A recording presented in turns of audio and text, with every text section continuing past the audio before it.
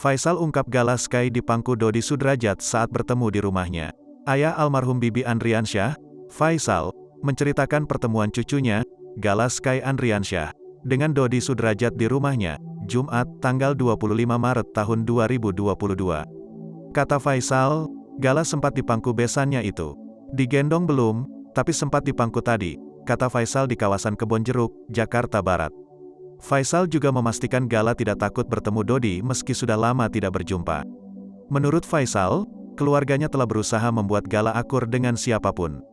Ternyata memang dengan kakeknya tadi juga akur, ucap Faisal.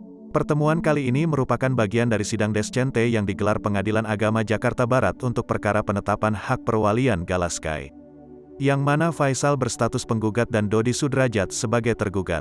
Sidang tinggal 2 kali lagi. Sidang kesimpulan tanggal 30 Maret dan sidang putusan tanggal 13 April. Semuanya dilaksanakan secara online.